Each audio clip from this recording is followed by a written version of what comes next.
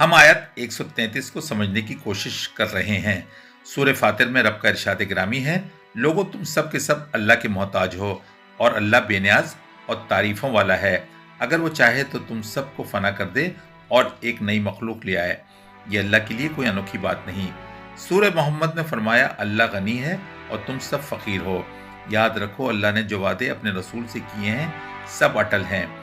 چنانچہ دنیا نے دیکھ لیا وہ نبی جس کا چپا چپا مخالف تھا، جس کا نام لینا بھی مشکل تھا، جو تنہا تھا اور وطن سے نکال دیا گیا تھا، اللہ تعالیٰ نے پھر اسے ایسا غلبہ دیا کہ لاکھوں دلوں پر اس کی حکومت ہو گئی۔ اپنی زندگی میں ہی وہ تمام جزیرہ نما عرب کا تنہا مالک بن گیا۔ اس کے جانشینوں نے دنیا کو کھنگال ڈالا، بڑی بڑی سلطنتوں کو الٹ کر رکھ دیا، جدھر رخ کیا اسلام کا جھنڈا سر بلند ہوتا گیا۔